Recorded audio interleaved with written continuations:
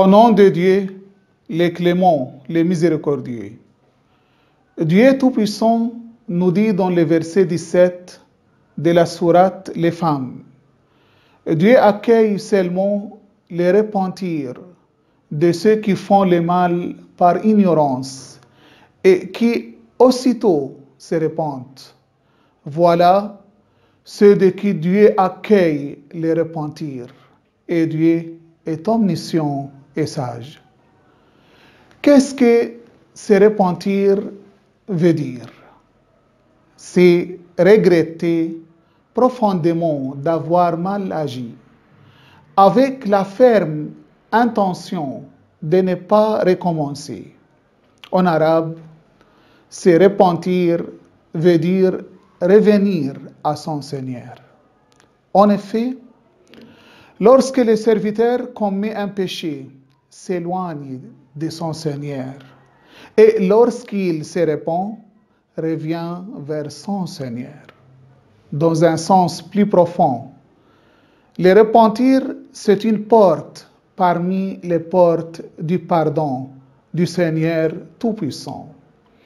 L'imam Zayn al-Abidin, paix sur lui, a dit, dans l'invocation de celui qui se repent, mon Dieu, c'est toi qui as ouvert à tes serviteurs une porte qui donne accès à ton pardon, que tu as nommé les repentir.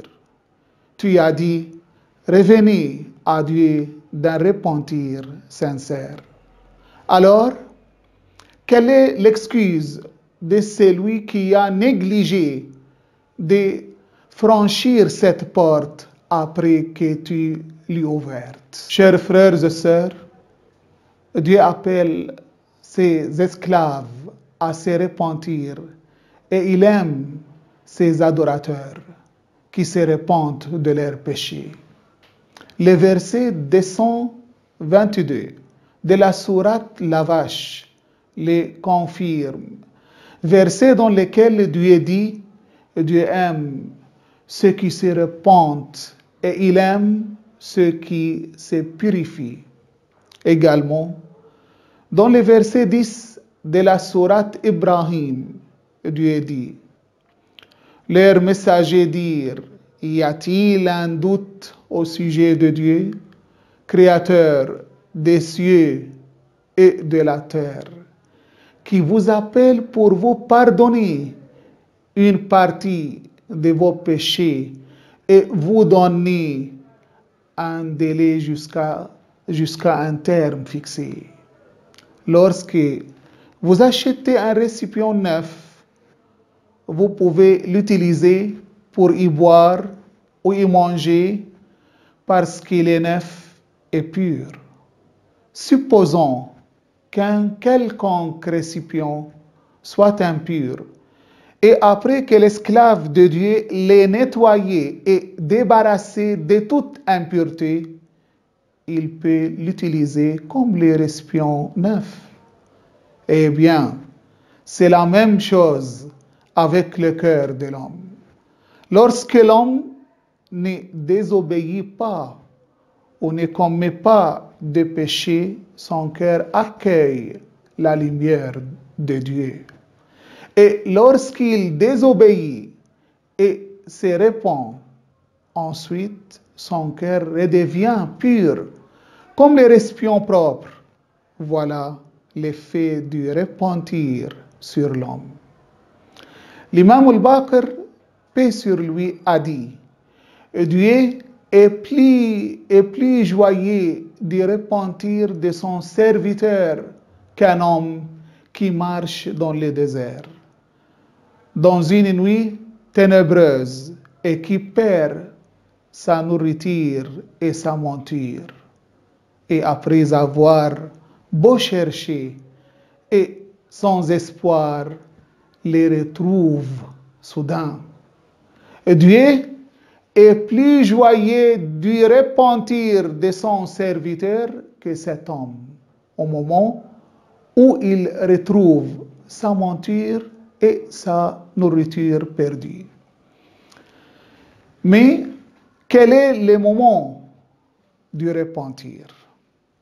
Dieu, dans le verset 18 de la sourate Les Femmes, mais l'absolution n'est point destinée à ceux qui font de mauvaises actions jusqu'au moment où la mort se présente à l'un d'eux et qui s'écrie « Certes, je me réponds maintenant, non plus pour ceux qui meurent mécréants, et c'est pour eux que nous avons préparé un châtiment douloureux. » Dans un autre verset également, à savoir le verset 133 de la sourate La famille d'Imran, Dieu dit « Et concourez au pardon de votre Seigneur et à un jardin, paradis, large comme les cieux et la terre, préparé pour les pieux. » Et quel genre de repentir est requis? Chers frères et sœurs, certains esclaves et serviteurs de Dieu, lorsqu'ils commettent un péché et se repentent, regrettent fortement avec la ferme volonté de ne plus jamais revenir sur les péchés commis, c'est ce qu'on appelle un repentir pur et sincère.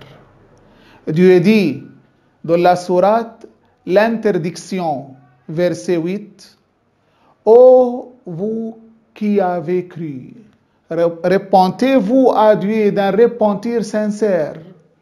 Il se peut que votre Seigneur vous efface vos fautes et qu'il vous fasse entrer dans des jardins sous lesquels coulent les ruisseaux. » Certains savants interprétateurs disent que le repentir sincère est celui qui conseille et qui encourage les gens de faire un repentir comme lui, les invite à venir de la même manière que l'apparition des beaux effets chez les propriétaires.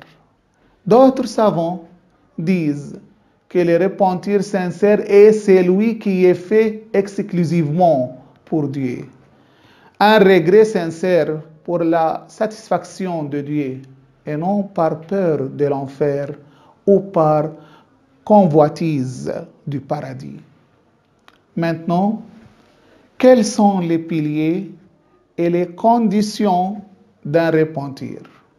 Chers frères et sœurs, le repentir n'est pas seulement des paroles que l'on prononce, mais plutôt des actions qui demandent un certain nombre de conditions.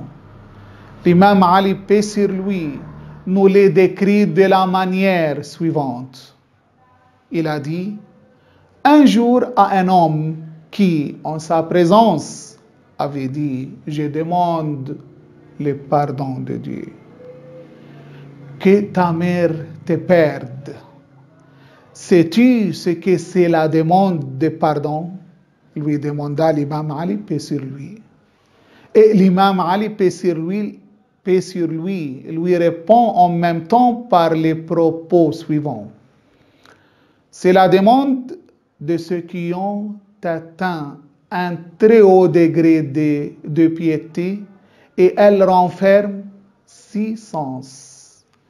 Le premier est la contrition, c'est-à-dire regret profond et sincère d'un péché. Le second est la décision de ne plus pécher. Le troisième est de donner aux créatures leur dû pour que tu rencontres Dieu pur et sans responsabilité. Le quatrième est de te pencher sur l'accomplissement de toute obligation que tu avais délaissée naguère. Le cinquième est de faire maigrir par les tristesses ta chair qui s'est grossie par l'argent illicite, jusqu'à ce que ta peau colle sur tes os, et entre les deux pousse une nouvelle chair. Et le sixième est de faire subir à ton corps l'amertume de l'obéissance, comme tu lui avais fait goûter les plaisirs de la désobéissance. Après avoir fait tout cela, tu diras, je demande le pardon de Dieu. Chers frères et sœurs, terminons par la repentance dans l'invocation de nos imams, paix sur eux. Par comment nos imams invoquaient le Seigneur Tout-Puissant et écoutons ces quelques extraits. Je reviens à toi, mon Dieu. Je reviens à toi, mon Dieu, après avoir manqué à mon devoir et commis des péchés. Te présentons mes excuses, repentons, la tête baissée, renonçons au péché, renonçons au péché, implorons ton pardon. Annonçons mon retour au droit chemin, reconnaissons mes erreurs, soumis à toi et me confessons. Ayant constaté que je ne peux échapper à ce que j'ai commis, ni avoir d'autre refuge vers lequel je puisse me rendre.